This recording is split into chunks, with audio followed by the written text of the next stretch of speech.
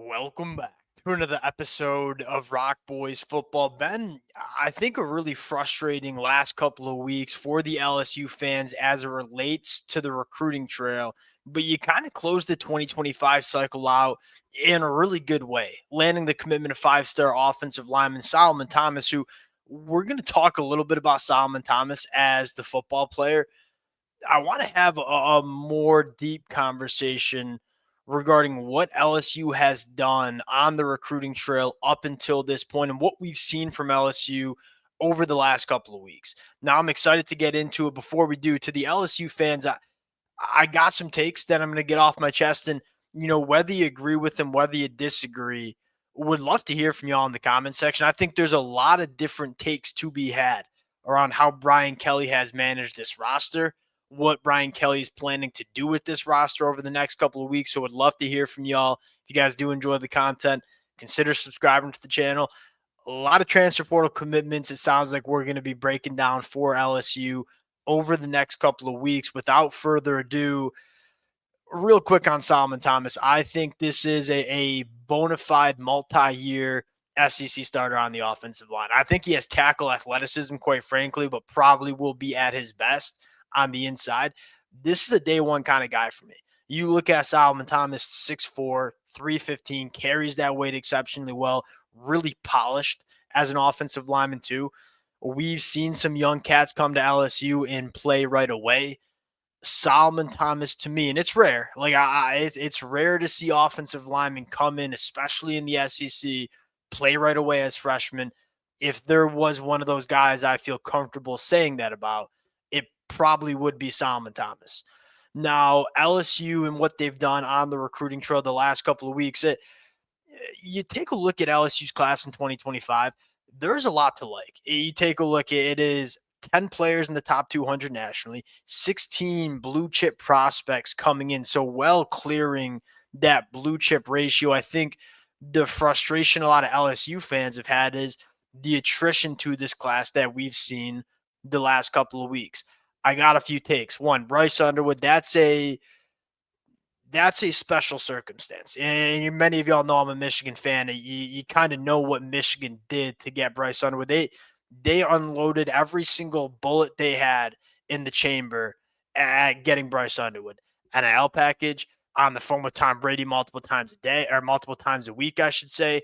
Hometown hero, plenty of other things. That was a full court press to get Bryce Underwood, along with a significant NIL package. That one is just tough, and that's just going to happen sometimes. Now, you look at Derek Meadows, you look at Jakeem Stewart. Those as well sound like NIL recruitments. Here's my take on LSU maybe kind of balking at them down the stretch. You look at Jakeem Stewart, a really talented defensive lineman. You certainly would not see me getting up here and arguing that Jakeem Stewart's not going to be a good football player. Very, very high on Jakeem Stewart.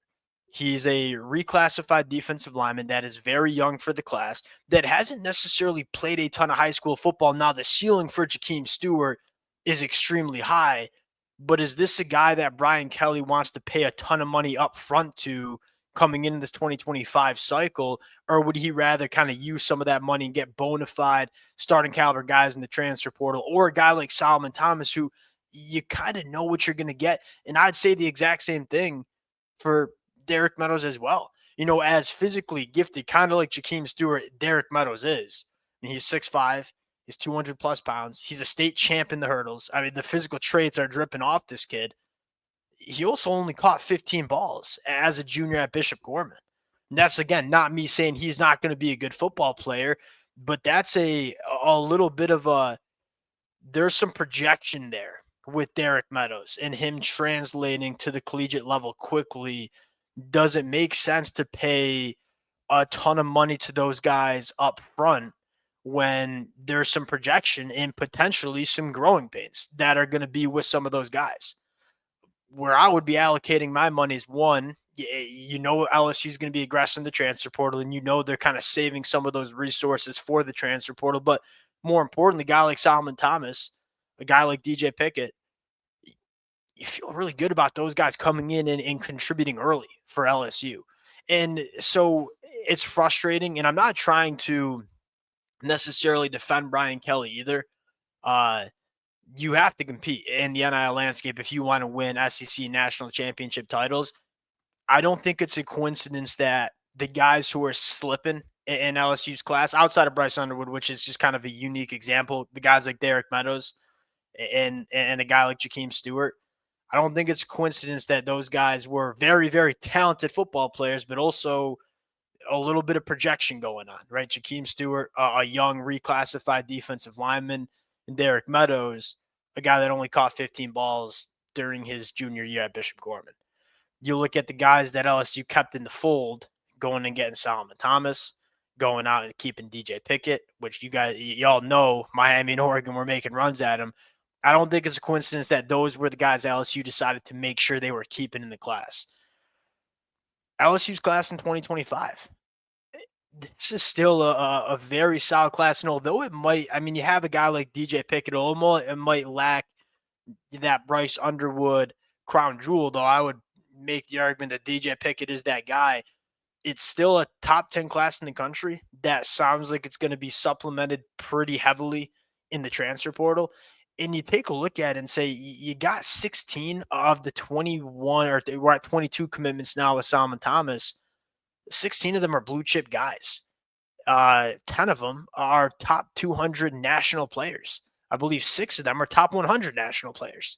And so you look at LSU in the recruiting class, say it's still a pretty strong class. And the guys that quote unquote slipped away, again, barring Bryce Underwood, were guys that maybe LSU just kind of made a business decision on and saying, hey, we're not going to get into a bidding war with a reclassed defensive lineman, and we're not going to get into a bidding war with a wide receiver that only had 15 catches during his junior year.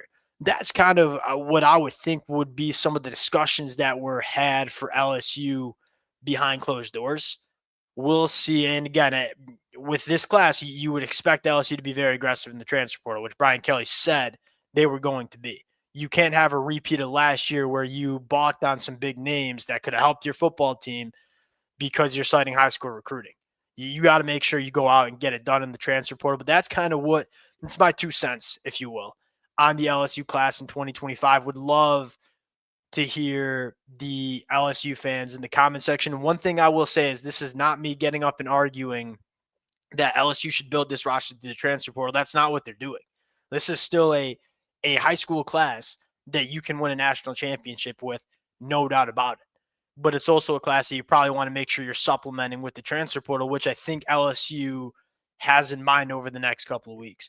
We'll see how it plays out. Again, would love to hear from you all in the comment section. A lot of different takes, a lot of different opinions to be had. Appreciate you guys rocking with it. If y'all do enjoy the content, consider subscribing to the channel. We'll talk to y'all later. Peace.